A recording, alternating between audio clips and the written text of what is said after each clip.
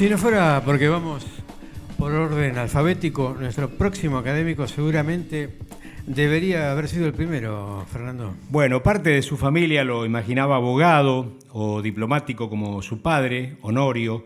Otros lo veían pintor como su bisabuelo Pridiliano y algunos escritor como su pariente lejano José Hernández. Pero él decidió ser Richard Pueyrredón, publicitario. Y para los más jóvenes, o no tanto, padre de César Banana. Richard Pueyrredón no era un veterano, era un clásico. Tuvo una de las agencias de publicidad más importantes de la Argentina, donde se formaron, entre otros, Pablo Gauland, David Rato y Carlos Montero.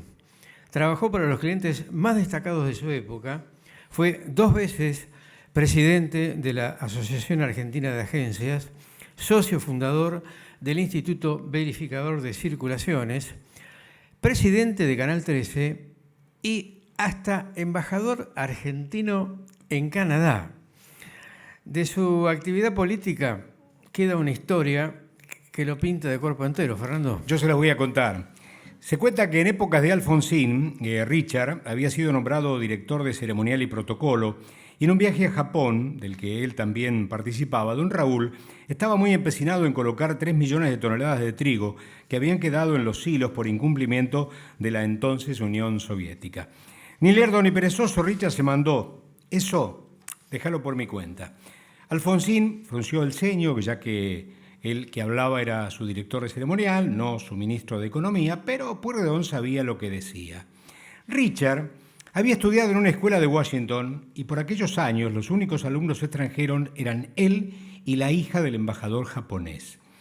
En las fiestas estudiantiles, ese argentino rubio y simpaticón era el único que la sacaba a bailar y la salvaba del bochorno de quedar planchando, sobre todo una japonesa, ¿no?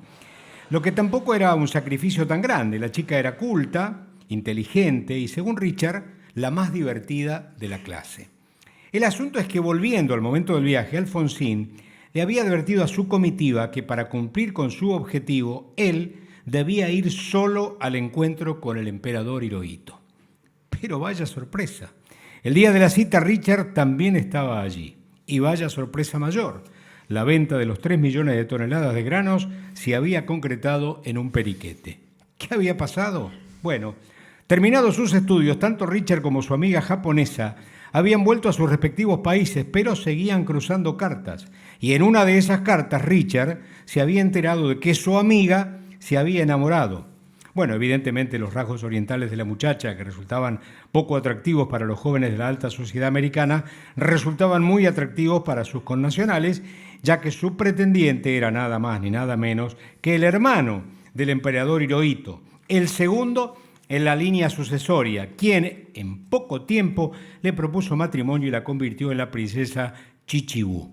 En cuanto la princesa vio el nombre de Richard en la lista de la comitiva, bueno, lo invitó a visitar el palacio, ya que nunca había olvidado que aquel porteño que la había sacado y la había rescatado de la plancha en las fiestas estudiantiles y de yapa, la había transformado en una eximia bailarina de tango. De más está decir que Caputo, Surruil, Alfonsín tampoco olvidaron aquella historia. Richard Pueyrredón, el hombre que definió a la publicidad como esa maravillosa locura, es nuestro octavo académico de honor in memoriam de la Academia Argentina de la Publicidad.